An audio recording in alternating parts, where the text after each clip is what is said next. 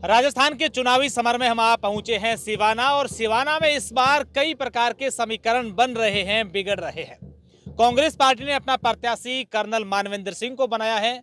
मानवेंद्र सिंह को जब टिकट मिली थी तब ये बातें राजनीतिक गलियारों में की जा रही थी कि इस बार मानवेंद्र सिंह के लिए काफी मुश्किलें होगी।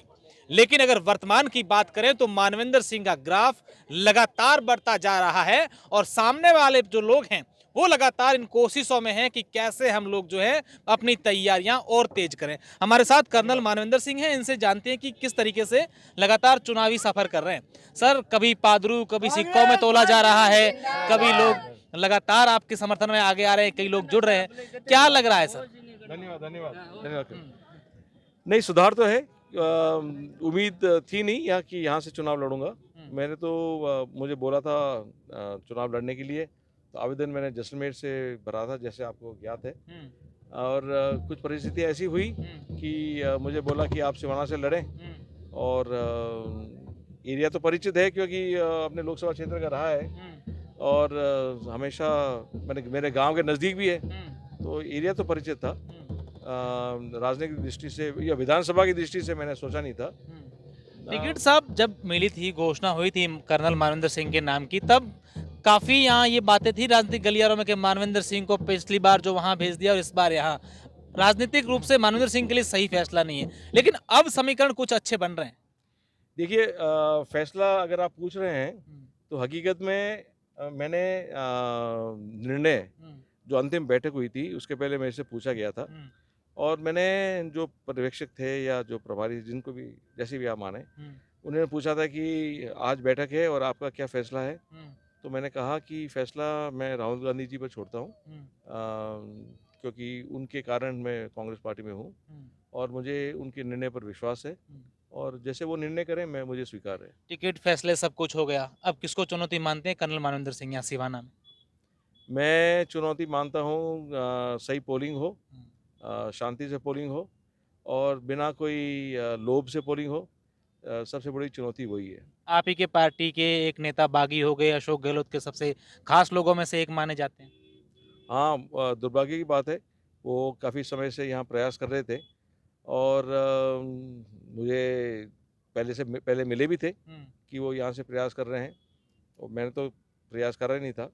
और वो मेरे से कई लंबे समय से कांग्रेस पार्टी से जुड़े हुए हैं। तो पार्टी के हित में उनको निर्णय लेना था, परंतु उन्होंने स्वयं के हित में लिया। अपना जैसा उनका विवेक है वैसे ही काम करेगा। अपनों से लड़ाई है कि सामने वालों से? लड़ाई किसी की नहीं है, मैं कि ये इसको लड़ाई नहीं मानता। चुनावी लड़ाई। ये चुनाव है, प्रतिद्वंदी है, और जो भी मैदान में है सबको गंभीरता से लेना है, चाहे वो निर्दलीय हो या चाहे कोई पार्टी का हो, चाहे स्थानीय हो या चाहे बाहर का हो।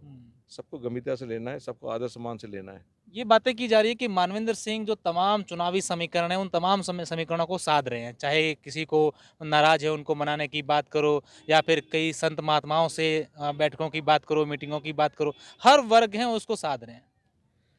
ये तो ईश्वर की कृपा है, अगर आप ऐसा ऐसा सोचते हैं या ऐसी ऐसी चर्चा है। संत महात्माओं के बारे में तो मैं क्या कहूँ, मैंने तो मंच पर तो किसी को बुलाया नहीं। आशीर्वाद जरूर लिया है। कुछ आशीर्वाद आगे बढ़कर आया है। जैसे परसों रात को अचानक मुझे समाचार मिले, टेलीफोन आया कि आप जल्दी घर आइए या सिवाना आइए, क्योंकि गोविंद वल्लभ दास जी अपने प्रवास पर हैं। बालोतरा से सिरोही लौट रहे हैं, उसके बीच आपसे मिलना चाहते हैं, आशीर्वाद देना चाहते हैं। मेरे संपर्क तो कभी हुआ नहीं था पहले, केवल फ़ोन पर बात हुई थी। और घंटे भर घर पे बिराजे और बात अच्छी बात हुई, अच्छा आशीर्वाद दिया। अधिकतम आध्यात्मिक बात हुई, जैसे उनको भी पता है कि मैं प्रतिदिन मेरा 1 घंटा होता है पूजा पाठ के लिए, जो मैं डिस्टर्ब नहीं होता, लगभग वही बात थी। बिल्कुल, ये बातें की जा रही है कि मूल ओबीसी के जो वोट हैं उनको साधने की कोशिश, और इसमें मानवेंद्र सिंह सफल हो गए। आपके मुंह में गुड़ शक्कर, घी शक्कर, सॉरी। क्योंकि जो सबसे अधिक संख्या में है, और पहले भी मेरा प्रयास हमेशा रहा है कि जो वर्ग जिनका प्रतिनिधित्व नहीं है उनको सबको मिलना चाहिए। इसीलिए भाजपा में भी मैंने खूब प्रयास करके बलराम जी प्रजापत को आगे बढ़ावा दिया, जबकि भाजपा वाले भी विरोध करते थे।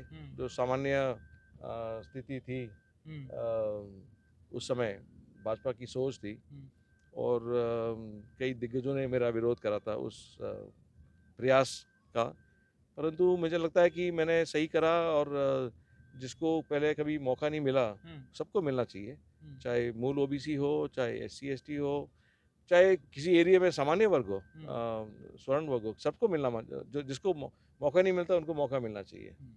मेरा आपसे आखिरी सवाल है कि इस बार सिवाना विधानसभा क्षेत्र की बात करें तो बीजेपी के विधायक रहे और सरकार इस बार जो है कांग्रेस की रही। आप लगातार क्षेत्र में जा रहे हैं, लोगों से मुलाकात कर रहे हैं। इस बात को फेस करना पड़ रहा है कि साहब हमारे विकास नहीं हुआ, हम लोग इस बार जो है कई समस्याओं से जूझ रहे हैं। देखिए, मैं शिव का विधायक था, आपके मुँह से शिव निकला, मैं शिव का विधायक था, और अभी भी खूब लगाव है शिव से। शिव के नेतागण और मतदाता अभी भी मेरे संपर्क में हैं, कार्यकर्ता अभी भी मेरे संपर्क में हैं, और मैं शिव का विधायक था। और सार्वजनिक चर्चा थी कि विधायक के खिलाफ मुख्यमंत्री है, और उस समय के सांसद उन्होंने भी कहा था कि सरकार इनके खिलाफ है, परंतु इतना काम कैसे करा सकते हैं। 18 जो मुझे जानकारी है, मुझे याद है 18 जीएसएस बने थे, और चाहे नर्मदा नहर परियोजना हो, चाहे पाइपलाइन हो, सड़कें हो, कॉलेज, शिव में कॉलेज भी बनी थी उस समय, जब भी, अब तो तहसील पर अब कॉलेज बन रही है, उस समय कॉलेज बनी थी। तो काम करने का तरीका होता है, चाहे सरकार कैसी भी हो। और मैंने तो मुख्यमंत्री का विरोध देखा है ना, उस समय जितना विरोध मेरे से था, मुझे नहीं लगता किसी और से इतना विरोध था। तो काम करने का तरीका होता है, चाहे सरकार कैसी भी हो, अपने विवेक से, अपने प्रयास से, और सही कागजी कार्रवाई, क्योंकि सरकार में काम कराना है तो कागजी कार्रवाई सही होनी चाहिए, और वो ज्ञान पर फ़र्क पड़ता है। तो वो आपका अनुभव कहीं न कहीं ये बता रहे हैं कि लोगों को देखो वहाँ भी ये था 2013 में और अब यहाँ मैं करूँगा अगर सब कुछ चाहे कैसी स्थितियाँ बन जाएँ। जी, ये चर्चा का विषय बन गया है यहाँ, क्योंकि लोगों को पता है कि यहाँ वहाँ इतने काम हुए थे, इतनी योजनाएँ आई थी, और नोडियाला जैसे गाँव में ट्यूबवेल खुद जाए, और बोई जैसे गाँव में पाइपलाइन पहुँच जाए, जहाँ कभी संभव ही नहीं था, टेक्निकली संभव ही नहीं था। अगर वो हो जाए तो उनको पता है कि अगर वहाँ कर सकते हैं तो यहाँ क्यों नहीं करेंगे। तो ये विश्वास, इसको लेकर विश्वास बढ़ा है सिवाना में। ये चर्चा का विषय बन गया है मंच पर और सार्वजनिक स्थान पे। सरकार बन रही है कांग्रेस? मुझे उम्मीद है कि जिस प्रकार सरकार के जो काम हुए हैं, मुझे उम्मीद है, क्योंकि पत्रकार और सब जो विशेषज्ञ भी कहते हैं कि पहली बार दिखने को लग रहा है कि यहाँ कोई एंटी इनकम्बेंसी दिख नहीं रही है, कि हमेशा विधानसभा चुनाव के पहले पता लग जाता है कि सरकार किसके बनने वाली है, और अब कोई नहीं कह सकता कि सरकार नहीं बनेगी। 3 तारीख के लिए कितने आश्वस्त हैं? मैं अपने माला में विश्वास रखता हूँ, अपने पूर्वजों में विश्वास रखता हूँ, और अपना काम साफ़ है, अपना प्रयास साफ़ है, और अपना प्रचार भी साफ़ है। तो मुझे लगता है कि ईश्वर सच्चाई को और अच्छे प्रयास को सफलता देगा। बिल्कुल, मानवेंद्र सिंह हैं जिनका साफ तौर पर कहना है कि ईश्वर सच्चाई का साथ दें। अब देखने वाली बात होगी कि 3 दिसंबर के दिन मतगणना के बाद जो परिणाम होंगे, वो क्या होंगे? शुक्रिया।